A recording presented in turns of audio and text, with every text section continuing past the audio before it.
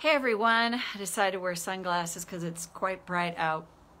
Today is day 10 of the 21 days to embracing your own heart and learning to trust yourself. And that is, today's topic is how do I learn to trust myself?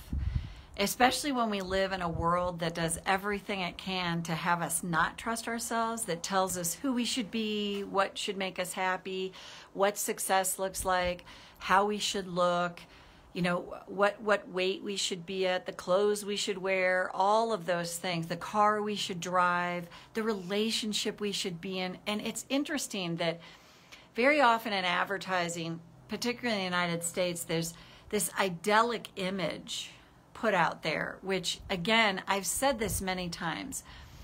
It's just a programmed image. There's programmed thoughts of what success are, what someone should look like, what a healthy relationship is.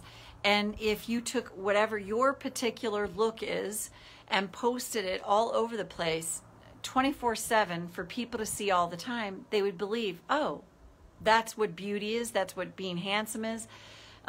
If you drove a beaten down car and that was put everywhere, that this is an epitome of success, people would eventually believe it. You tell someone, the brain, something long enough and without any kind of interruption, and we start to believe it. And we are really taught not to trust ourselves. So the first thing about learning to trust ourselves and trusting our own heart is to know it's a practice, that it's about starting to unhook from all the things that have been said and told to us about who we should be, how things should look, and start to shift out of that. And even in the personal development world, I would say even especially in the personal development world, and I love that line, the problem with most personal development programs is they're all about creating a stronger ego. So once you really start to get this, you just start to see all these pithy slogans, all these different programs that are put out there in really different ways, and even in the manifesting world, if it's not coming to me, I'm not manifesting it right. If I don't trust myself, I'm not doing something right. When we have been taught to remove ourselves from our true self and from trusting ourselves. So first and foremost, it is a process. It takes practice. And it starts with unhooking, and the unhooking process happens. Hey, Diane, miss you. Love seeing all your grandbabies, your grandsons. It's wonderful. It starts to unhook from all the programs that we've been told about ourselves. And that's huge. And it starts from, and you might have to bump up against this stuff numerous times to start to trust yourself. Especially, I'm going to say this even as women, particularly in my generation and earlier, are taught we're still part of the program. I mean, it's still rampant around everywhere that somehow, women can't necessarily think for themselves. You learn to default to the man. You learn to trust yourself less, all of that, and to start to unhook from that. And again, the unhooking process isn't really a pretty process. It's not, wrapped in a bow. It's often starting to notice things that you're like, something about this doesn't feel right to me. Something just feels off. And you might be being gaslighted by somebody. Hey, Sandra, who's telling you, I've had this happen to me. I can't tell you how many times we're like, I didn't say that. I didn't do that. I'm like, you just said that 2 minutes ago. That's maddening, depending on how you're raised and who you're around. We witness that in what's going on in the world now. It's like, well, I didn't do that. I didn't say that. I didn't mean it. That's not what I meant. And it's hard to start to, it takes bumping up against that and keep going. I don't know. I can't put my finger on this, but something doesn't feel right here. And again, that's the process. That's been my process. It's not been a pretty process. It's not been wrapped in a bow. It's been like, oh my God, I bumped up against that again. Oh my God, I bumped up against that again. And I've done it so many times. And I've tapped so many times. And then all of a sudden, what starts to happen is I start to notice these little incremental things where I'm like, that's not right. And I trust it. And I notice I don't have to say anything to anybody else about it. I'm just like, nope, doesn't feel right to me. I don't have to explain myself. I don't have to justify myself with this. Just not right. Doesn't feel right. And that's the beginning of something starting to shift here. And then I start to notice the progression of that continues.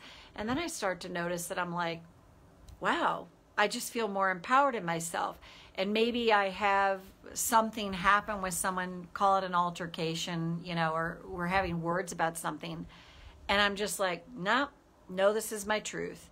And I start to feel more solid and firm in that. So the biggest thing is to know it is such a process and such a journey, and I think lifelong. And the start is, like I said, I think this is a key thing, is start to look out in the world at advertising. Because advertising will tell quite a tale.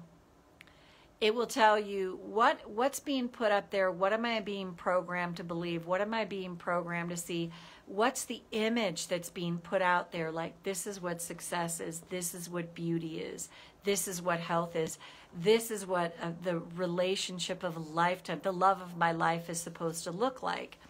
This is how, and also in the relationship department, we're all sold this bill of goods about a fairy tale, the Prince Charming, the princess, and for any of us, for guys, it can be, the woman, the love of my life, the woman of my dreams. She's soft, she's tender, she's all these things.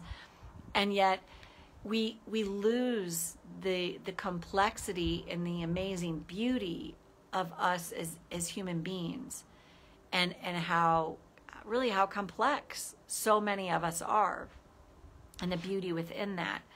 So if you just remember, it's a process, it's a journey, and sometimes that journey doesn't feel good. Sometimes that journey is like, oh, I bumped up against that again. I did that again. I said that again. I let that happen again. But if you start to judge yourself for that, which we all do, because we've all learned to do that, and start to unhook from, wow, I'm judging myself here. I like a moth to the flame, I keep going to this place. And just start to notice that, but really tune into advertising and think about, what am I being sold here? What am I being sold here? What am I being told is the way this should be? And even in any programs around manifesting and all that, like if you're left feeling bad about yourself, there's something off there. There's something that you can look at that and just trust, like, not just trust, there it is, just trust, to start go, something doesn't feel right about this. I don't know what it is, can't put my finger on it, it just doesn't feel right. And right now, that's enough. I don't have to change anything, I just notice this doesn't feel right. So, karate chop. Even though I really want to trust myself, but I don't have a clue how. I've doubted myself most of my life. I choose to honor my feelings now. Even though I want to trust myself. But that's challenging for me. I learned to doubt myself so long ago. I choose to honor my feelings now. And just go to the eyebrow. I want to trust myself. But trust is like that seed. It grows. I don't suddenly just trust myself. Especially if I've learned to doubt myself so much. I want to learn how to recognize the signs. And my emotions are great guidance for me. Because if I'm feeling kind of bad, feeling a little off, feeling confused, doubting myself even more, those are all great indicators. Something's not right here. Something's off. And what if that's all I need to know right now? It just doesn't feel right. And I want to learn to honor that. Honor my own heart. Practice trusting. And sometimes that looks like a lot of doubt.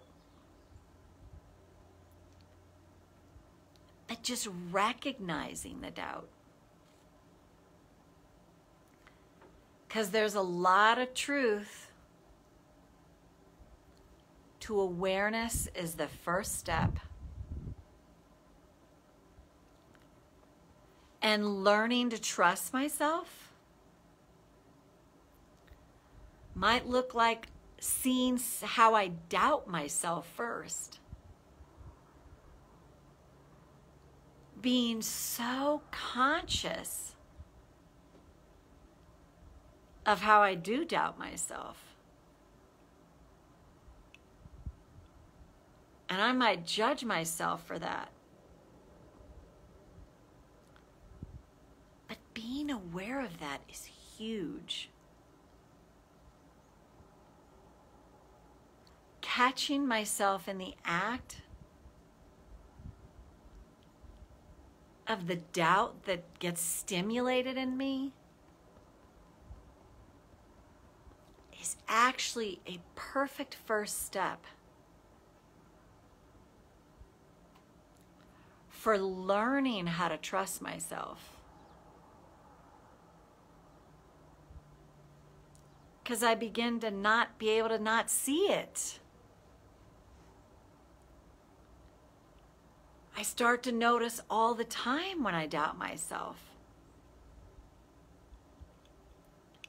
So what's been unconscious is now conscious.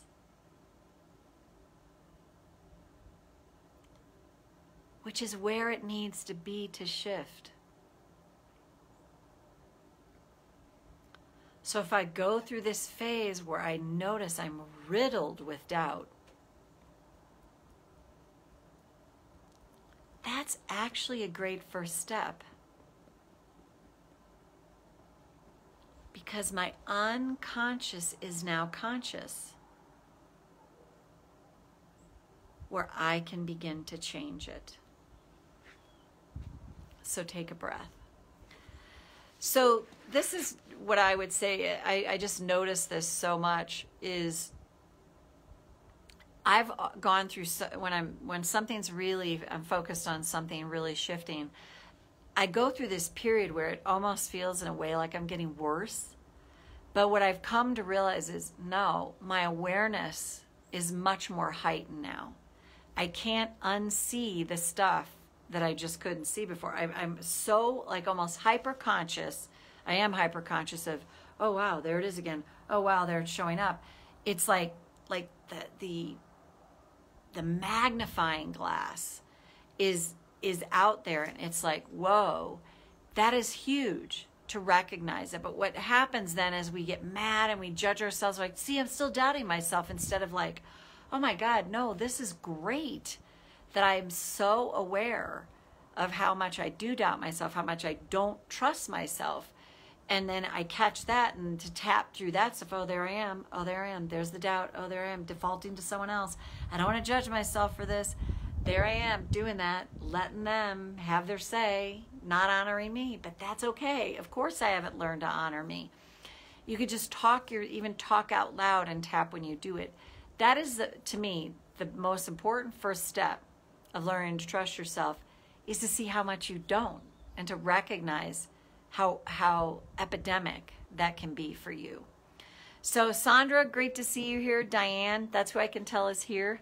Anyone else that's here, hello. Hope you found this helpful, and then we'll be back here tomorrow for day 11. Have a great rest of your day, and that's it. Bye for now.